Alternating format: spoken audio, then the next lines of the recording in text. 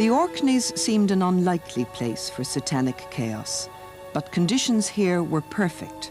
The stage had been set over the previous years. At the heart of the affair was a family, a mother and father and their children. In the interests of all the children involved in the Orkney episode, Scottish law forbids us from identifying them. The lady in charge of child welfare in the area took a very close interest in the family after the father was imprisoned for the physical and sexual abuse of some of his children. Her hands-off approach brought her into conflict with the local social workers. They were a family who suddenly had had a huge pressure removed from them, a huge feeling of relief, if you like, and they were beginning to start to function, to try and make a normal life for themselves without their father. So to suddenly be told by the social work department that they were going to take matters into their own hands and do things their way, and that they expected me to conform to what they wanted, certainly caused rising tension. In late 1990, the younger children of the family were removed from Orkney by social workers, the culmination of much interference by them prompted by the suspicion that further sexual abuse had occurred within the family. The theory at the time, which is still quite popular, is the abused becomes the abuser. And one heard that repeated with the enthusiasm of a demented parrot by most professionals at that time. Now Satan emerged. While the children were in care on the mainland of Scotland, they were interviewed by police and members of the Royal Scottish Society for the Prevention of Cruelty to Children. 3 of the children, apparently independently, talked of bizarre events in an Orkney quarry in which other families and their children had been present.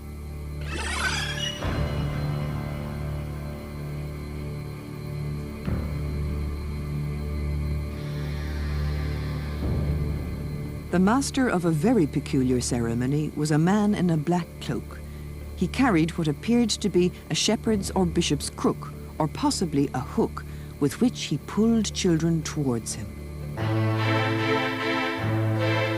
The alleged master was named by the children. According to 2 of them, he was the local Church of Scotland minister, the Reverend Maurice Mackenzie. Well, certainly I don't believe the devil with his horns and his pitchfork casting people into lakes of fire. But there is a form of evil in the world. The Reverend Mackenzie has always denied any part in any quarry incident. All he did, he says, was to try to help the first family as part of his pastoral duties. Well, we got to know them fairly well. They spent a lot of time with them. We were able to try and get the family better integrated into the community. Well, that was what we hoped to do. We have also in the clerestory Scottish saints, and it all turns to the Te Deum window at the west end with the organs. The Reverend Mackenzie, whose hobby is ecclesiastical history, claims that communication between the local community and the social work department had completely broken down. The social workers were a very circumspect, if not secretive, group of people. They didn't communicate well with the outside public. They didn't bring the public into their confidence. Usually the minister of a parish would have been involved in these sort of matters at an early stage or consulted, but in this case there was absolutely no consultation whatsoever. One of the families to be mentioned in connection with the quarry incident were the McEwens, Sandy and William, a Quaker couple, and their children. Former teachers turned farmers, they've fought for 6 years for the legal right to identify themselves and deny any indecent part in the Orkney affair.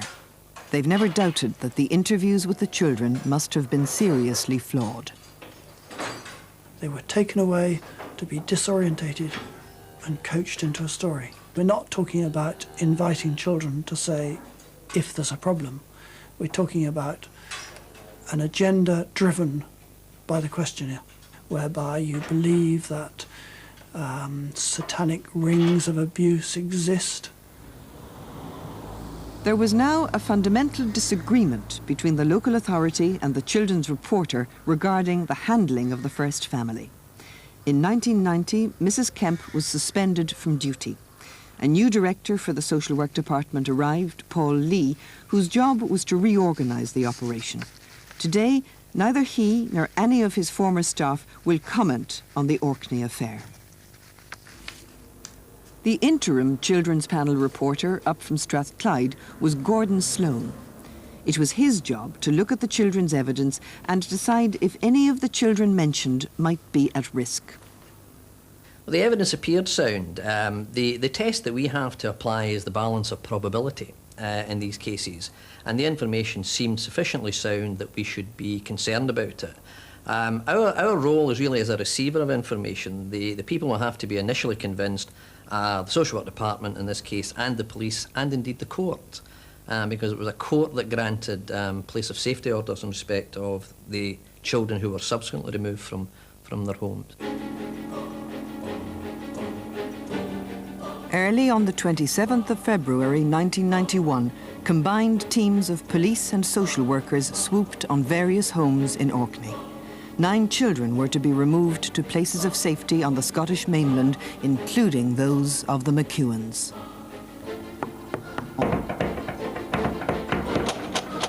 It was a posse of police and social workers, saying that they believe that we've been involved in acts of lewd and libidinous behaviour and that they're taking the children away.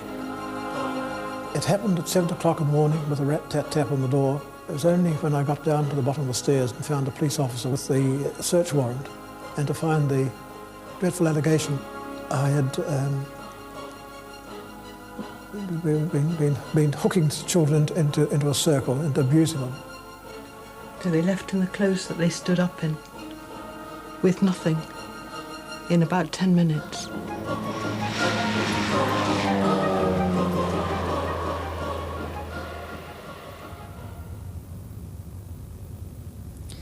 We drove off to Kirkwall and decanted at the police station. I was asked about Maurice Mackenzie dancing in a quarry, which astonished me because I said that he was an unwell man, and the idea of him dancing at all is grotesque. This here is what is called in the trade a priest's cloak. This one has a hood so that if it becomes raining very heavily, you can put it over your head so you don't get absolutely soaked. Now, they went daft at the time about the fact they had this lion's head on it. This is what seemed to have been so worrying to everybody. Well, Orkney's a small community, and population 19,500. And when you get a story rung into you or sent into you saying that, well, the social work services had lifted up 4 families and such like, then down south they really didn't want to know a lot about it. They carried the story the first day. They carried it in a small manner, 1 or 2 of them, but they didn't want exclusives or anything like that. And all of a sudden, the next day, it seemed the editors seemed to wake up, and bang, the heavy mob arrived in Orkney, and that was it. Within 24 hours, total chaos. And it became very difficult to move about, it became difficult to do your work. Everywhere you went, there was a television camera. Everywhere you went, there was a journalist. I mean, it is mad. It's a Salem witch hunt. Yeah, well, it did seem remarkable that the national press, and indeed some of the world press, managed to get themselves to Orkney at the speed they did. The leader, without any shadow of doubt, the leader of the families was the McEwan family. They led from the outset. Well, there was a judgment in a case in Manchester which sounded thoroughly sensible.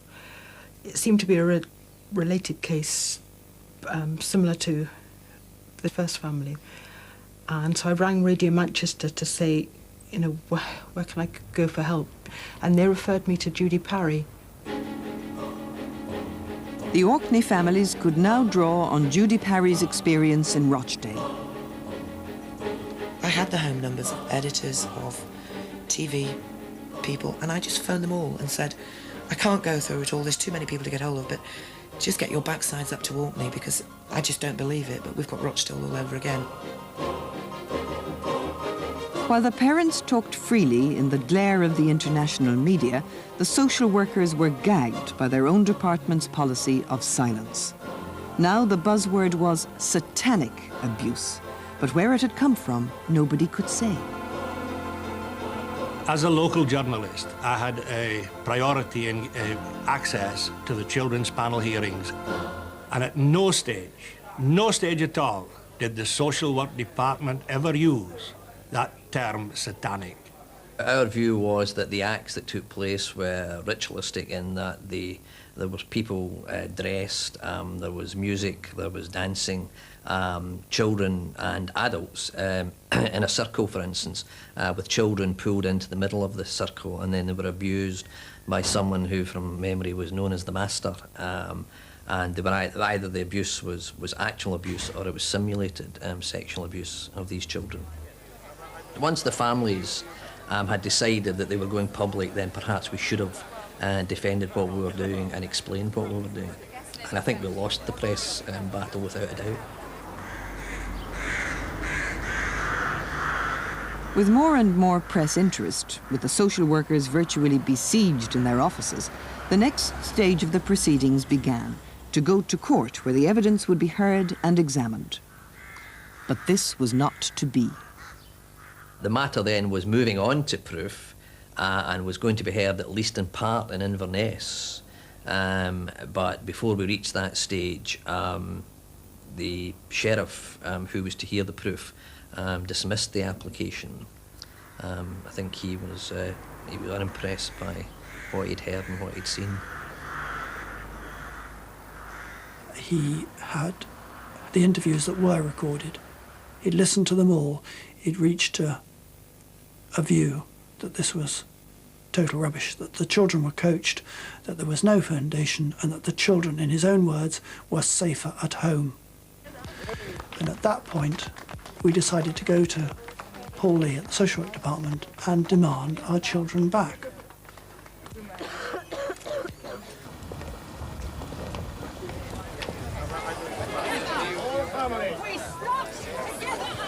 Oh no, you're not running away from this one. Oh no, madam. Let him out. Oh no, madam. Oh no. You have made innocent children and families suffer. What are you going to do about it? The children were frightened when they were taken.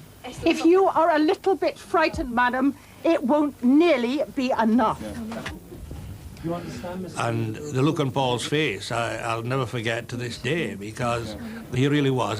He had fear for himself that day, and I don't blame him one little bit.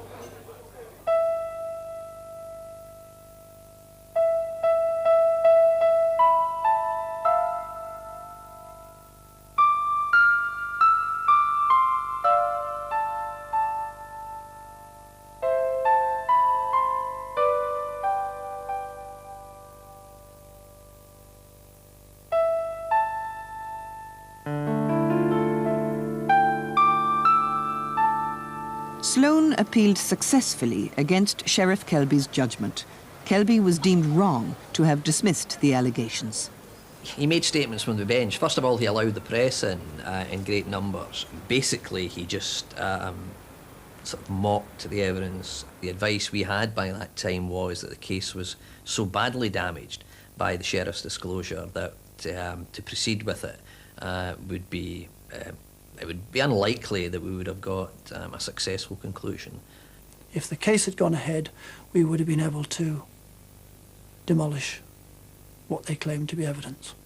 So that we wanted that opportunity. As they had in Rochdale. Exactly, we wanted it to go to court. At that point, Sloane ignored the Court of Session and officially abandoned the case, which left us in limbo. I thought it was sufficient. I was satisfied that the information we had gave us cause for concern. It may well have been at the end of the day that we wouldn't have established the grounds, but we never got to that stage. An inquiry into the affair was undertaken by Lord Clyde. Its task was to investigate the removal of the 9 children. But the remit of the inquiry was narrow. It looked mainly at the way the case had been handled by social workers and other professionals and did not concern itself with the evidence. According to Lord Clyde's findings, the social workers had acted wrongly throughout, and particularly in the handling of the children's interviews. They were going from one interview to the next. They were having to do many interviews in the day, more than I would ever consider doing, without the space to stop and think about how should we plan this interview, what sorts of questions do we need to ask. They came out of seeing one child into seeing another child without really any time to reflect and think and plan.